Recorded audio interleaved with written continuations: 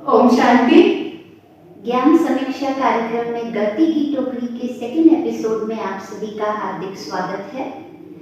मेरे साथ है मनीषा बहन शिवमनी होम से और मैं हूँ हर्षा। आज हम लाए हैं और दूसरे प्रश्न इसी टॉपिक के ऊपर। तो आज मैं फिर से एक टोकरी में से पर्ची उठा रही हूँ। आज का प्रश्न है, बार बार गलती करने से क्या होता है? अब गलती जैसे हमने पहले एपिसोड में देखा कि गलती रियलाइजेशन की कमी के कारण होता है, और ये भी है कि अगर हमने रियलाइज कर भी लिया तो उसको एक्सेप्ट करना, उसको स्वीकार करना, ये बहुत बड़ी बात है।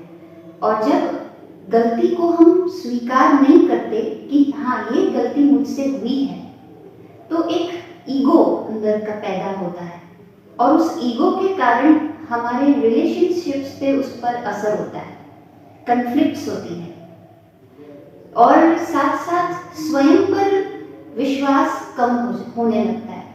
कई बार सेल्फ एस्टीम भी लो होने लगती कि मैं हूँ ही ऐसा, मेरे से ही बार बार गलतियां होती। और फिर क्योंकि खुद के लिए विश्वास कम है, सेल्फ एस्टीम लो है, तो दूसरे भी हमें उसी नजरिए से देखते हैं कि पता नहीं ये इसने एक बार गलती की, फिर गलती की, बार बार गलती ये कर रहा है, तो ये काम कर पाएगा या नहीं, इसको ये कार्य सौंपना चाहिए या नहीं। तो फेथ जो है वो कम होने लगता है। तो इसीलिए ये भी है कि बार बार गलतियां करते रहेंगे तो जैसे कि पहले एपिसोड में मनीषा ने बताया था कि हैबिट बन जाती है, संस्कार बन जाते हैं, और जितने कड़े संस्कार होंगे उसको फिर निकालना और मुश्किल हो जाता है। नहीं, जैसे घास का तिनका है, उसको उखाड़ना को कहो तो वो इजीली उखड़ जाएगा, लेकिन पूरा एक बुश है तो थोड़ी सी मेहनत लगेगी उसको निकालने में। परंतु अगर एक पूरा झाड़ को कहो कि इसको रूट से निकालो तो फिर और वक्त लगेगा। यही संस्कारों के लिए है कि जितने कड़े संस्कार हमारे होने लगेंगे, चाहे वो लो सेल्फ एस्टीम के संस्कार हो, चाहे वो ईगो के संस्कार हो, कोई भी संस्कार हो, लेकिन अगर जितने वो पक्के होते जाएंगे उतना आपको उसके ऊपर ज्यादा मेहनत जो है वो करनी पड़ेगी। तो इसीलिए अपने कॉन्फिडेंस लेवल को बढ़ाएं, कॉन्फिडेंस लेवल को कम ना करें।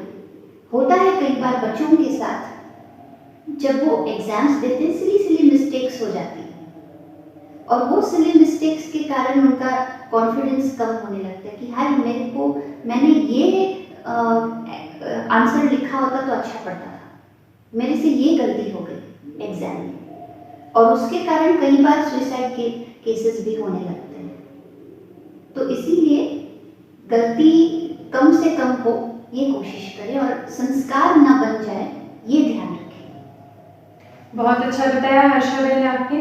अभी नेक्स्ट मैं चिट्ठी उठाती हूँ।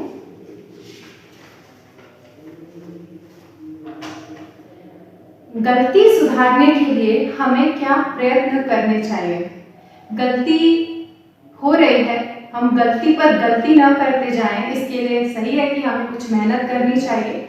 तो इसके हिसाब से मुझे लगता है कि 3 चीजें हमें ध्यान देनी है। पहला है, सीखने की कला को विकसित करें। जब भी कोई गलती हो रही है तो उसे हम जिंदगी का एक लेसन समझ ले कि यह एक चैप्टर था जो हमें एक पाठ पढ़ाकर हमें चला गया, उससे हम शिक्षा लेकर आगे बढ़ जाएं, न कि उस गलती को पकड़कर बैठ जाएं कि मुझसे ये गलती हो गई, मुझे ऐसा नहीं करना चाहिए था। दूसरी बात, कई बार हम गिल्ट कॉन्शियस डेवलप कर लेते हैं, मुझसे ये गलती क्यों हो गई, बार बार अपनी ही गलती का रोना रोते रहते हैं। तो इस गिल्ट कॉन्शियसनेस से भी हमको बचना है। तीसरी बात, यदि मैं कोई गलती कर रही हूँ, मतलब मुझसे कहीं ना कहीं सूक्ष्म में मर्यादाओं का पालन नहीं हो पा रहा है, कहीं ना कहीं मैं अपने ऊपर अटेंशन नहीं दे रही हूँ, तो इसके लिए जरूरी है कि रुके, पॉज, चेक एंड चेंज। उस समय जरूरी है कि हम जहां भी हम जिस लय से चल रहे हैं वहां पर रुके, स्वयं को देखें और परिवर्तन करें। इसके लिए 6 स्टेजेस है। पहला है सेल्फ एनालिसिस, खुद ही एनालिसिस करें कि मेरे क्यों मिस्टेक हो रही है, मेरी क्या कमी है। दूसरा है सेल्फ रियलाइजेशन, कि हम फिर उस गलती को परख कर खुद को रियलाइज कराएं कि हाँ मैंने ये गलती की, मुझसे ये गलती हुई जो कि नहीं होनी चाहिए थी। ठीक है, ये हमने रियलाइज कर लिया। तीसरा सेल्फ टॉक, अर्थात स्वयं ही स्वयं का टीचर बनके खुद को समझाएं, सेल्फ टॉक करें कि ऐसा क्यों हुआ, मुझे ऐसा नहीं करना चाहिए था, अभी नेक्स्ट टाइम हमें क्या करना चाहिए। इस तरह खुद ही खुद से हम बातें करें ताकि हम स्वयं में परिवर्तन ला सके। चौथा है सेल्फ मोटिवेशन, अभी खुद से बातें तो कर ली, अभी कई बार होता है कि हम दिल शिकस्त हो जाते हैं और बहुत कम समझने लग जाते हैं, क्योंकि दो ही बातें होती है, या तो हम स्वयं को बहुत कम समझते हैं या स्वयं को बहुत ज्यादा समझते हैं। तो कई बार जब कम समझते हैं तो उस समय सेल्फ मोटिवेशन की जरूरत है कि नहीं मैं कर सकता हूँ, आई कैन डू इट। तो ये पॉजिटिव संकल्प के साथ में हमें उस गलती को सुधारने के लिए खुद को खुद ही मोटिवेट करना आवश्यक हो जाता है।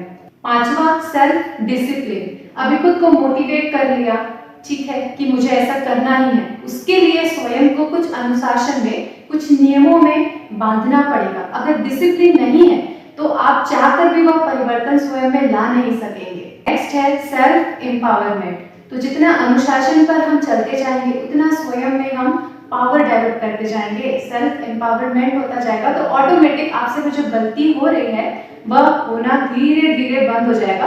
कभी कभी लॉन्ग टर्म होता है, खुद पर बहुत मेहनत करनी पड़ती है, खुद पर बहुत टेंशन लेना पड़ता है। इन तीन चीजों को ध्यान रख के हम अपनी गलतियों को सुधारने की मेहनत कर सकते हैं। तो नेचुरली जितने रूट्स आपके डीप होंगे उतनी मेहनत आपको ज्यादा करनी पड़ेगी, इसीलिए कहा या तो लॉन्ग टर्म या तो शॉर्ट टर्म। आज के एपिसोड में इतना ही। आपको हमारा एपिसोड कैसा लगा वह जरूर कमेंट बॉक्स में लिखकर बताएं, और यदि कोई आपका प्रश्न हो तो जरूर उसे लिखें, हमसे शेयर करें और हम यथा योग्य उत्तर लेकर आपके सामने उपस्थित होंगे। धन्यवाद। ओम शांति।